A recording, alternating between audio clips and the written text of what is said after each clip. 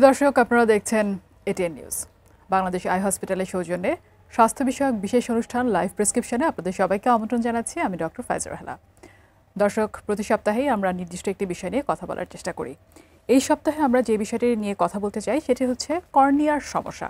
Cornea কাকে বলে, কী কী ধরনের রোগ হতে পারে, কী কী ধরনের চিকিৎসা অ্যাভেলেবল আছে এই রোগগুলোর জন্য, এই বিষয়গুলো নিয়ে আমরা আজকে কথা বলবো। বিশেষজ্ঞ অতিথি হিসেবে আজ আমাদের সাথে যোগ দিয়েছেন doctor Mohammad Rashed Alam, cornea specialist ও ফ্যাকোসার্জন, কর্নিয়া বিভাগ, সহযোগী অধ্যাপক, বাংলাদেশ আই হসপিটাল ও ইনস্টিটিউট, ধানমন্ডি, ঢাকা। আপনাকে অনেক ধন্যবাদ আমাদের সাথে আমাদের আজকের এই অনুষ্ঠানে যোগ দেওয়ার জন্য। ধন্যবাদ। আজকে আমরা যে বিষয়টি রেখেছি কর্নিয়ার সমস্যা, এটি নিয়ে কথা বলার আগে দর্শক আপনাদেরকে একটু জানাতে চাই, যদি এই বিষয়টি নিয়ে আপনাদের কোনো প্রশ্ন থাকে অথবা যদি কোনো আপনাদের মতামত জানানোর থাকে তাহলে 0241010469 এই নম্বরটিতে ফোন করবেন। ফোন করে আপনাদের প্রশ্নটি করতে পারেন, আমাদের বিশেষজ্ঞ অতিথি আপনাদের প্রশ্নেরও উত্তর দেবে। আমরা তাহলে চলে আসি আমাদের আজকের মূল আলোচনায়। আমরা কথা বলবো আজকে কর্নিয়ার সমস্যা নিয়ে। সমস্যা নিয়ে কথা বলার আগে আমাদেরকে আসলে জানতে হবে যে কর্নিয়াটা কি। আপনি যদি শুরুতেই আমাদেরকে একটু বলতেন যে কর্নিয়া চোখের ঠিক কোন অংশ এবং কর্নিয়ার কাজ কি? আচ্ছা, আমাদের সাধারণ ভাষায় আমরা যেটা কালো মণি বলি, চোখের একদম সামনের যে অংশটা, এটা আসলে কিন্তু কালো না, এটা একটা স্বচ্ছ কাচের মতন একটা অংশ। ওইটার ভিতর দিয়ে আমাদের চোখের ভিতরের যেই চোখের কালারটা দেখা যায়, এই জন্য এটা কালো বা ব্রাউন বা ব্লু এরকম দেখা যায়। কর্নিয়াটা হলো একটা ঘরের জানালার মতন, যেটা দিয়ে আলো প্রবেশ করে এবং রেটিনাতে গিয়ে একটা ইমেজ তৈরি করে। এই যে কর্নিয়ার যে কাজের কথা আপনি বললেন, আলো প্রবেশ করছে, কর্নিয়াতে সাধারণত কি কি রোগ হয় এবং রোগের কারণে আমাদের দেখাতে কোনো অসুবিধা হয় কিনা? একটা ঘরের জানালা যদি দাগ পড়ে থাকে তাহলে আলো যেরকম ঢুকতে পারবে না, কর্নিয়াটাও সেম। কর্নিয়াতে যদি কোনো কারণে ইনফেকশন, আঘাতজনিত কেটে যাওয়া বা জন্মগত কোনো ত্রুটির জন্য যদি কর্নিয়াটা অস্বচ্ছ হয়ে যায়, সেই ক্ষেত্রে আলো প্রবেশ করতে পারে না এবং পেশেন্ট দেখতে পারে না। সো যেটা হচ্ছে, কর্নিয়ার স্বচ্ছতা যদি কোনো কারণে নষ্ট হয়, কোনো অসুখ বা কোনো আঘাত বা জন্মগত কারণে, সেই সব রোগীরা ভালো দেখতে পায় না। কোন কোন রোগগুলো আপনারা বেশি পান আপনাদের অভিজ্ঞতার আলোকে? কর্নিয়াতে কোন সমস্যাগুলো, আমরা যদি বাংলাদেশের প্রেক্ষাপটটা চিন্তা করি, কোন রোগ? বাংলাদেশের প্রেক্ষাপটে একটা সিরিয়াস কন্ডিশন হলো, আমরা যেহেতু এগ্রিকালচার কান্ট্রি, আমাদের অনেক ভেজিটেটিভ ট্রমা হয়। যেমন ধানের মৌসুমে ধান এসে লাগে, তারপর ধানের কাজ করতে গিয়ে পাতা এসে লাগে। এইসব রোগীরা হয় কি, ওই ধানের মধ্যে যেই ফাঙ্গাসজনিত একটা জীবাণু থাকে, ওই ফাঙ্গাসটা চোখের কর্নিয়াতে আলসার তৈরি করে। এইসব রোগী বেশ অনেক আসে আমাদের পেরিফেরিতে।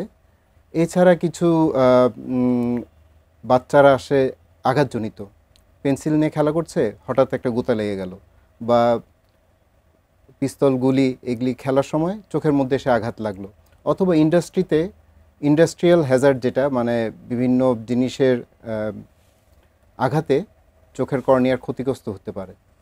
আপনি বেশ কয়েকটা কারণ বললেন যেগুলো আসলে কমন হয় আমাদের এখানে।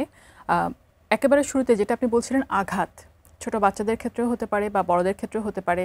সেক্ষেত্রে অনেক সময় দেখা যায় ছোট ইনজুরি হতে পারে, বড় ইনজুরি হতে পারে। এটা নিয়ে আপনার কাছে শুনবো, তবে এই মুহূর্তে একজন দর্শক অপেক্ষা করছেন, আগে তার সাথে একটু কথা বলে নেব। দর্শক, আপনার নাম বলবেন এবং আপনার প্রশ্নটি জানাবেন। হ্যালো। জি হ্যালো। জি দর্শক, আমরা শুনতে পাচ্ছি, আপনি নাম বলবেন, প্রশ্নটি জানাবেন। আচ্ছা, আমি ফারজানা বলছিলাম। আমার এই 40 মতো। তো আমার চোখের যেটা হয়, কম্পিউটারে বসলে সাধারণত বেশ ঝাপসা দেখায় আর কি। ঝাপসা বলতে আর কি অনেকক্ষণ বসে যেটা ঘোলা ঘোলা লাগে আর কি। আবার রোদে গেলে প্রচন্ড প্রবলেম হয়। তো আমি এর আগেও কনসাল্ট করেছিলাম, তো মেবি আমার এই যে কারণে এখন আমার কি এটা চশমা দিলে ঠিক হবে, বা মাথা ব্যথা হয় আমার প্রায়, নাকি মানে এটা কি অ্যাকচুয়ালি পাওয়ার জন্য তো কোনো সমস্যা, নাকি আর অন্য কোনো প্রবলেমও হতে পারে? আচ্ছা, সুন্দর কোশ্চেন। এটা সবার কিন্তু common question actually. Computer related একটা ড্রাই আই সিনড্রোম হয়।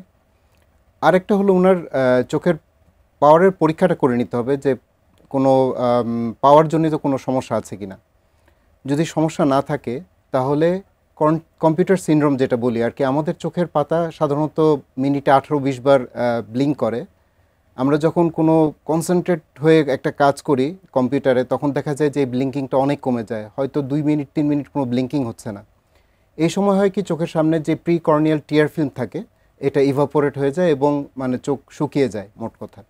তো এটা একটা কমন প্রবলেম। যারা অফিসে কাজ করে, বিশেষ করে যারা সেন্ট্রাল এসিতে থাকে, সেই ক্ষেত্রে এই শুষ্কতা হওয়াটা খুবই কমন। শুষ্ক হয়ে গেলে চোখ জ্বালাপোড়া করবে, পানি পড়বে, ঝাপসা দেখবে। জি, এবং সেক্ষেত্রে আসলে যদি আর্টিফিশিয়াল টিয়ার বা এরকম হ্যাঁ, কোনো কিছু, আর্টিফিশিয়াল টিয়ার একটা অপশন, আরেকটা হলো এনভায়রনমেন্টাল মডিফিকেশন কিছু করতে পারি আমরা, সেটা এসি করে কমিয়ে দিয়ে বা হিউমিডিফায়ার দিয়ে এভাবে করা যায়। ভালো থাকা সম্ভব। আমরা তাহলে চলে আসি, আমরা কর্নিয়াল ইনজুরি নিয়ে কথা বলছিলাম, যেটা খুব কমন। মাঝে মাঝে দেখা যায় যে চোখে হয়তো একটা ঘষা লেগে গেল বা একটা খোঁচা লাগলো। এই সময় আসলে কি করণীয়? অনেকেই কিন্তু বুঝতে পারেন না এবং তারা বাড়িতেই থাকেন, চোখ দিয়ে পানি পড়ছে, সেটা নিয়েই ওনারা চলাফেরা করছেন। কি ধরনের পরামর্শ দেবেন আপনারা? কর্নিয়া এত সেনসিটিভ, আপনি চিন্তা করেন একটা যদি ছোট বালুর কণা ভিতরে ঢুকে আপনি কিন্তু সারা রাত ঘুমাতে পারবেন না, এত এটা ফরেন বডি সেন্সেশন হয়। এবং আমরা যেই প্রথম কাজটা ভুল করি, আমরা প্রথমেই আঘাত লাগলে চোখে পানি দিই, ট্যাপ ওয়াটার বা যেখান থেকে পানি পাচ্ছি পানি দিচ্ছি। তো চোখের মধ্যে আল্লাহ এভাবে তৈরি করেছে যে প্রথম লেয়ারটা যদি ইনট্যাক্ট থাকে ব্যাকটেরিয়া ঢুকতে পারে না। যখনই কোনো কারণে ওই লেয়ারটা উঠে যায়, অ্যাব্রেশন বলি, সেই ক্ষেত্রে কিন্তু ভালনারেবল হয়ে যায়। এবং নর্মাল পানির যেই যদি কোনো কন্টামিনেটেড ওয়াটার থাকে, এখানে কিন্তু আলসার হয়ে যাওয়ার একটা সমূহ সম্ভাবনা। প্রথম কাজ, চোখে ঝাপটা পানি দেওয়া যাবে না। দ্বিতীয় কাজ, অবশ্যই একজন কাছাকাছি যে ডাক্তার সাহেব আছেন ওনাকে একটু দেখাতে হবে, কারণ ছোট্ট একটা সমস্যা থেকে পরে কিন্তু এটা অনেক বড় একটা সমস্যা হয়ে দেখা দিবে। এখানেই আমার পরের প্রশ্নটি ছিল আপনার কাছে, যে এই যে আপনি বলছেন যে সাথে সাথে ডাক্তারকে দেখাতে হবে, এই ব্যাপারটাই কিন্তু অনেকে ডিলে করে ফেলেন এবং দেরি করে ফেলেন। ওনারা ভাবে যে হ্যাঁ ঠিক হয়ে যাবে, এই ঠিক হয়ে যাবে করতে করতে অনেক দিন পার হয়ে যায়। যখন এরকম দেরি হয়ে যায়, কি কি ধরনের কমপ্লিকেশন আপনারা পান, যেটা হয়তো আরও আগে আসলে কমপ্লিকেটেড হতো না? এটা আমাদের খুবই কমন একটা সমস্যা। যেমন ঢাকা শহরে না হয় কাছে হসপিটাল আছে, যারা একটু পেরিফেরিতে থাকে ওরা কিন্তু ওইরকম ওই সার্ভিসটা ওইভাবে পায় না। তারা ওয়েট করে এবং পানি দেয়, অনেকে ওষুধ থেকে একটা ড্রপ কিনে দেয়, আননোন, মানে দোকানদার যেটা দিয়ে দিচ্ছে ওইটাই দিচ্ছে আর কি। তো অনেক সময় এরকম স্টেরয়েড জাতীয় বা এনএসআইডি জাতীয় ওষুধ দেওয়াতে হয় কি, ওই যে ইনফেকশনের রেটটা বেড়ে যায়। এবং আমরা এমনও দেখেছি ছোট্ট একটা ট্রমা পরবর্তীতে একদম ওইটা আলসার হয়ে চোখে একটা দাগ পড়ে যায়, যেটা কর্নিয়াজনিত অন্ধত্ব বলি আমরা, কর্নিয়ার রিলেটেড ব্লাইন্ডনেস, দৃষ্টি একবারে কমে যায়। সুতরাং এই জিনিসগুলি যদি আগে একটু কনসাল্ট করা যায় ডাক্তারের সঙ্গে, তাহলে এই এত কমপ্লিকেশন হয় না আর কি। ইনজুরির কথা আপনি যেটা বললেন যে ইমিডিয়েটলি আসলে ডাক্তারকে দেখানো উচিত এবং তারপর চিকিৎসা করলে সেটা সম্পূর্ণরূপে ভালো হয়ে যাওয়া সম্ভব। এরপরে আপনি যেটা বলছিলেন সেটা হচ্ছে যে যারা খেতে চাষ করছে এবং অনেক সময় দেখা যায় যে ধানের কণা বা একটা পাতার কোনো একটা খোঁচা এসে লাগলো এবং সেক্ষেত্রে এক ধরনের ফাঙ্গাস, এই পুরো ব্যাপারটা নিয়ে যদি বলতেন, কি ধরনের উপসর্গে ওনারা ভুগবেন এবং চিকিৎসা না নিলে কি হতে পারে? আচ্ছা, এটা তো এগ্রিকালচার কান্ট্রিতে যখন ওই যে হারভেস্টিং পিরিয়ড থাকে, ওই সময় দেখবেন ধান কেটে ওরা একটা মেশিনের মধ্যে ধানটাকে মাড়াই করে, তখন কিন্তু অনেক স্পিডে ধানগুলি ছুটে ছুটে আসে। সিম্পল একটা প্রতিকার হলো, আপনি যদি একটা প্রোটেক্টিভ গ্লাস পরেন তাহলে কিন্তু যতই ধান আসুক আপনার চোখের মধ্যে লাগবে না। একটা সিম্পল গ্লাস ক্যান মানে ওই পেশেন্টটাকে হয়তো সারা জীবনের জন্য অনেক সেফ রাখবে। ধানের যদি বাড়ি লেগে যায় তাহলে পানি দিয়ে ধোয়া যাবে না, 1 নাম্বার।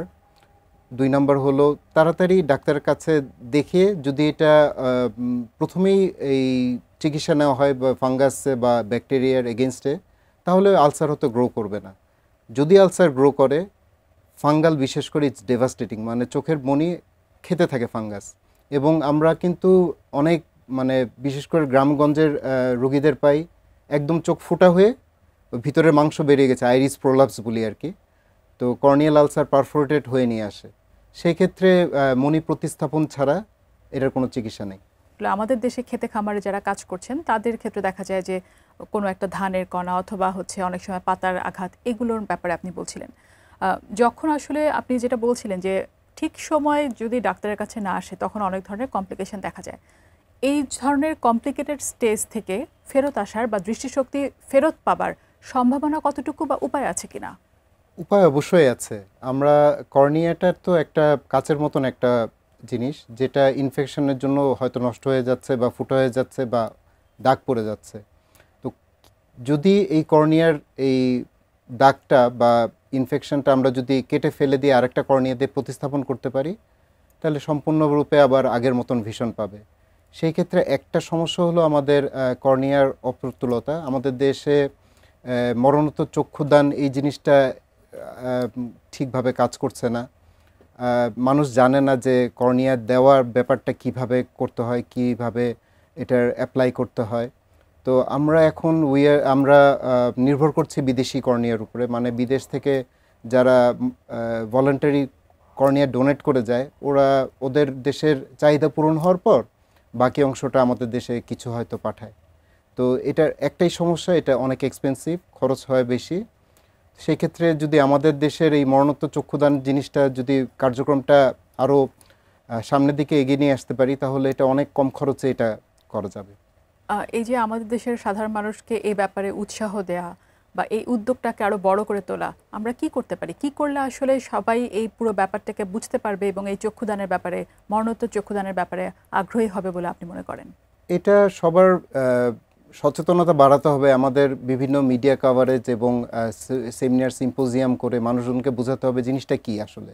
মানুষ তো জানেই না যে কর্নিয়া কিভাবে দিতে হয়, বা যখন আপনি লাইভ কারোর কাছ থেকে, যেমন কিডনি দিচ্ছে জেনে শুনে দিচ্ছে, যখন মৃত ব্যক্তির জিনিস আপনি চেতে যাবেন, সেন্সিটাইজ না হলে কিন্তু এটা আপনি কোনো দিনই পাবেন না। সো মানুষকে আগে বোঝাতে হবে, ক্যাম্পেইন করতে হবে। এগুলি সরকারের অবশ্যই এখানে অনেকগুলি কাজ করতে হবে, এবং প্রাইভেট সেক্টর যারা আছে বিভিন্ন মাস মিডিয়া সিম্পোজিয়াম এগুলির মাধ্যমে রোগীকে বোঝাতে হবে, আগে সেন্সিটাইজ করতে হবে, তারপর মানুষ ভলান্টারিলি দিতে পারবে আর কি। আমরা আশা করছি সবাই সচেতন হবেন এবং এই ব্যাপারটিকে মাথায় রাখবেন। সাম্প্রতিক সময়ে আসলে একটি ব্যাপার এখন বলা যায় ট্রেন্ড, সেটা হচ্ছে কন্ট্যাক্ট লেন্স, এবং কন্ট্যাক্ট লেন্স দেখা যায় সবাই পড়ছে, একটা নির্দিষ্ট বয়সের মেয়েরা বিশেষ করে পড়ছে, এবং তারা আসলে সচেতন না যে কিভাবে এই কন্ট্যাক্ট লেন্সটাকে ব্যবহার করতে হবে। অনেক সময় দেখা যায় যে হাইজিনটা মেনটেন করার ব্যাপারটা ওনারা জানেন না বা মানেন না, এবং কোন ফ্লুইডটাকে ব্যবহার করতে হবে এই ব্যাপারগুলো জানেন না। আপনি যদি একটু আমাদেরকে বলতেন, এই যে ঠিক মতো না জেনে কন্ট্যাক্ট লেন্স ব্যবহার করার কারণে কর্নিয়াতে কি সমস্যা হয়, আপনারা কি কি রোগী পাচ্ছেন, এই ব্যাপারটা যদি একটু বলতেন। মজার কথা, আমাদের যখন কোনো উৎসব ফেস্টিভ্যালের পরে দেখা যায় যে একটা রোগীর লাইন থাকে যে contact lens related corneal abrasion, যেটা খুবই পেইনফুল, রাতে ঘুমাতেই পারবে না এবং চোখ বন্ধ করে তাড়াতাড়ি ডাক্তারদের কাছে আসে। কন্ট্যাক্ট লেন্স যদি ঠিক মতন ব্যবহার করা যায়, ইটস সেফ, কারণ এটা সব দেশে চলতেছে। আমাদের দেশের প্রবলেম হলো যেগুলি কসমেটিক কন্ট্যাক্ট লেন্স, যার কসমেটিক চোখের মনির কালারটা চেঞ্জ করার জন্য যেগুলি ব্যবহার করে, যদি আপনি ভালো কোম্পানির, ভালো ব্র্যান্ডের এবং সঠিক নিয়মে পড়তে পারেন তাহলে কোনো অসুবিধা নাই। আমরা তো এখন খুব অনলাইন শপিং করি, হয়তো ব্র্যান্ড ট্রেন্ড বা কীভাবে যাচাই না করে কিনে ফেলে। এবং আরেকটা সমস্যা হলো এটা সচেতনতা কম। লাইক কন্ট্যাক্ট লেন্স তো একটা নির্দিষ্ট সময় পর্যন্ত আপনি পরবেন, রাত্রে খুলে রাখবেন। অনেকে হয়তো দেখা গেল যে রাত্রে কন্ট্যাক্ট লেন্স পরেই ঘুমিয়ে গেল, সকালে উঠে দেখলো যে আর তাকাতেই পারছে না। তো এটা খুবই কমন।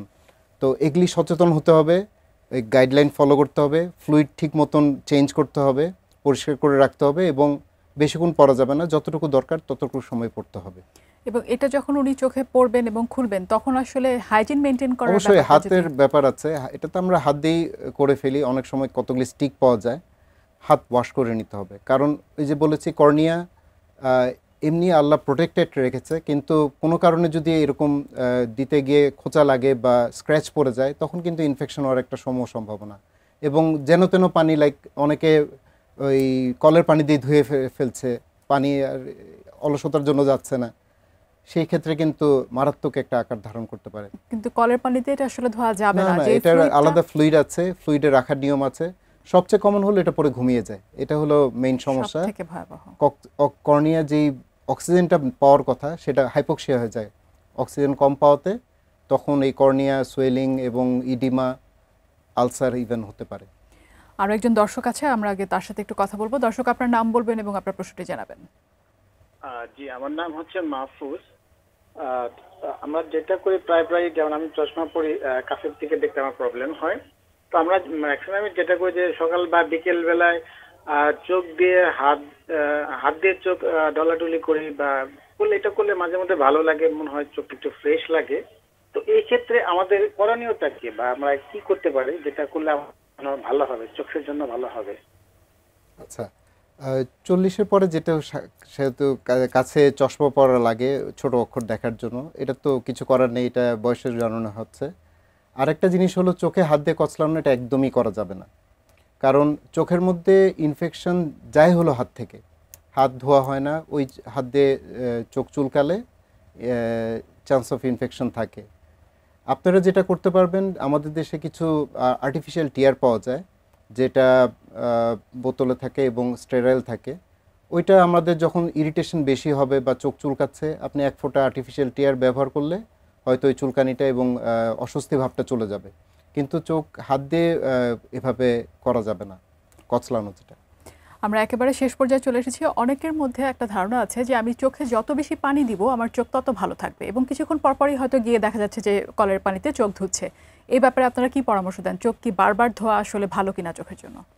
চোখ ধোয়ার কোনো নিয়মই নেই, আসলে চোখ ধুতে হয় না, কারণ আমাদের শরীরে যে টিয়ারটা তৈরি হয় এটার মধ্যে যত মাইক্রোনিউট্রিয়েন্টস এবং যত রকম ইমিউনোগ্লোবুলিন, প্রোটেক্টিভ ফ্লুইড সব থাকে।